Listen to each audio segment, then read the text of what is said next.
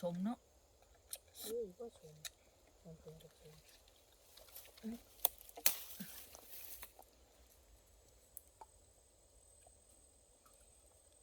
เพิ่นก็ยังไปเพิ่งได้เนาะเขาเพิ่งได้ว่า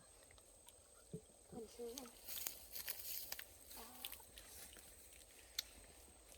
อะไรลืมกระโปงขาวมาดูกระเพาะหาทุ่งหนึ่ง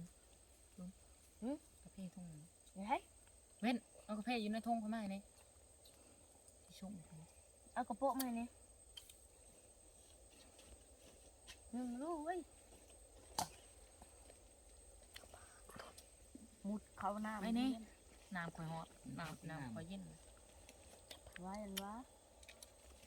มาดูไล่อีกหรอ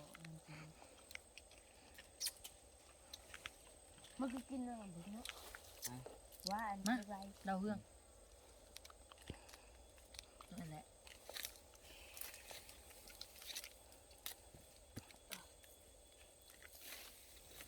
เย็นเราจักอันนี้